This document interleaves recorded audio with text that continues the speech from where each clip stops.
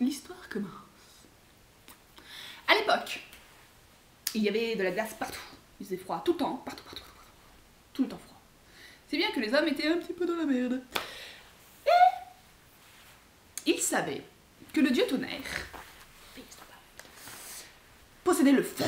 Mais le dieu tonnerre, comme on le sait, a un stylax à la place du cœur et ne veut pas laisser le feu à quiconque. Il ne veut pas le partager. C'est tout pour lui. Les Indiens lui envoient donc souvent des représentants, des délégations pour s'il te plaît, on se les caille un petit peu, tu veux pas partager?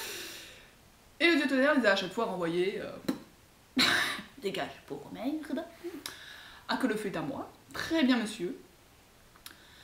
Mais le problème c'est que les lunes glacées passent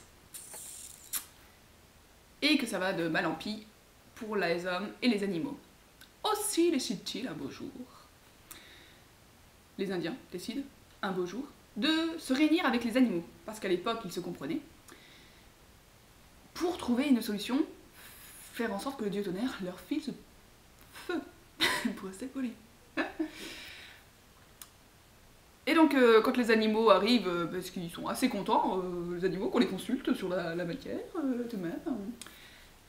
Et les Indiens donc racontent un petit peu ce qui s'est passé, que toute leur délégation, tout machin. Ils disent en plus comme quoi il y a des mauvais Manitou qui les ont menés dans la merde. Et donc conseil aux animaux. C'est alors que Tchèque, c'est un qui s'appelle Tchèque, le porc-épic. Le porc-épic s'avance. Et comme tout le monde l'observe, pour donner du poids à ses paroles, il mord son pouce droit et le crache par terre.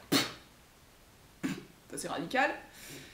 Et pour bien appuyer son truc, il mord son pouce gauche et il crache par terre. Je crois que là, tout le monde est bien concentré sur lui. C'est depuis cette époque que les porcs-épics n'ont que 4 doigts aux pattes de devant. Mais peu importe. Maintenant qu'il a bien l'attention de tout le monde, c'est quand même pas anodin. T'arraches les pouces quand même. Il dit ces paroles pleines de sagesse qui apportent tant et tant aux hommes et aux autres bêtes. L'ours est le plus sage d'entre nous qui parle. Et il se tasse. Alors l'ours, ok, génial. Tout le monde qui regarde, super, génial, ok. Bon, tout le monde est là. Oui, le porc-épic a raison, l'ours est sage. Allez, bien l'ours. Et l'ours qui est là, ok. Je vais pleurer ma mère. Il s'avance, un peu pâteau. Il se rengorge, il est assez fier quand même de se retrouver. Tout le monde m'écoute quoi. Il ne s'arrache pas les pouces. Non. Parce que là tout le monde est bien concentré de toute façon, c'est bon, il n'y a pas besoin de rajouter. Et il commence à dire « Une nuit, j'ai rêvé d'un castor qui filait dans la rivière, d'un loup qui courait dans la plaine, et d'un épervier qui faisait des cercles dans le ciel, et qui les guidait, car sa lui est bonne, vers l'endroit où le soleil disparaît le soir, et où tout le monde sait que le dieu tonnerre aime à jouer du tambour. Ce n'est peut-être rien qu'un rêve, mais c'est peut-être aussi que c'est le grand Manitou qui me l'a envoyé. Et là tu vois le castor, le loup et l'épervier qui commencent à avoir des sueurs froides. On était juste venus pour le pique-nique, putain.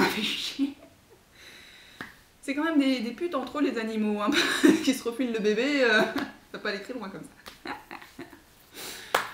Bref, tout le monde est là, non, c'est le grand Manitou qui a envoyé ce rêve. Castor, loup, épervier, allez, partez à travers la grande plaine sans fin, là où le soleil se couche et où le dieu tonnerre joue du tambour. Alors, le castor, le loup et l'épervier, qui se sentent vachement soutenus et qui se disent qu'ils auraient mieux fait de se coucher. Faut, ok, d'accord, on y va. Donc ils préparent tout. Et c'est parti. Ils commencent à traverser la forêt. L'épervier les guide, d'eau. Et c'est là que le loup croise un cerf. Et comme il a toujours faim, il poursuit le cerf. Et le cerf réussit à semer le loup, mais le loup court toujours, hein, il oublie sa mission, il n'en a plus rien à foutre. Merci le loup d'avoir participé. Pendant ce temps-là, le castor continue à nager, parfois il va sur la terre, et là, sa course est un peu ralentie parce qu'il est moins doué sur terre, et il retourne dans l'eau, et l'épervier toujours qui le guide.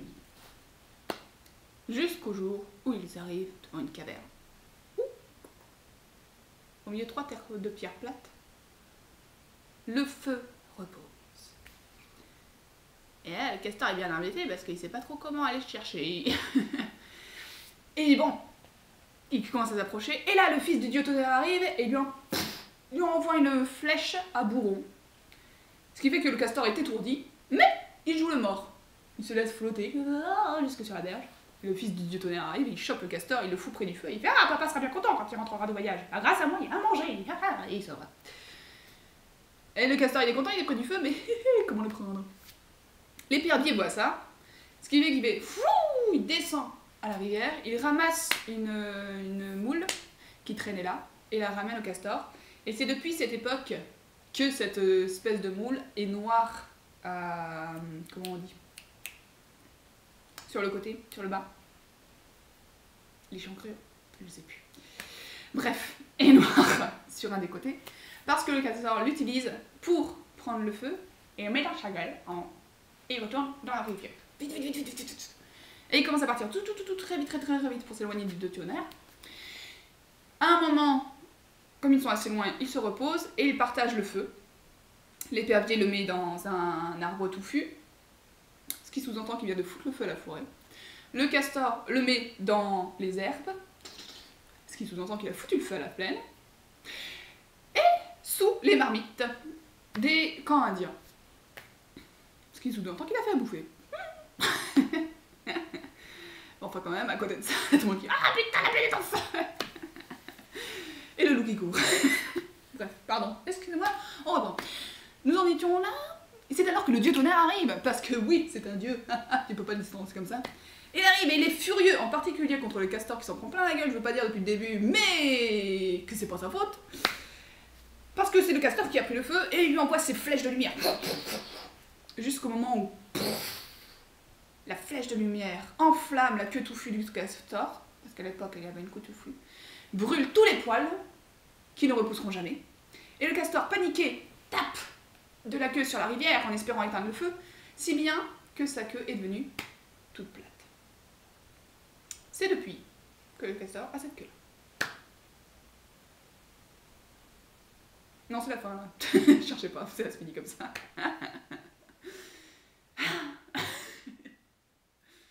Ça m'avait manqué les contes.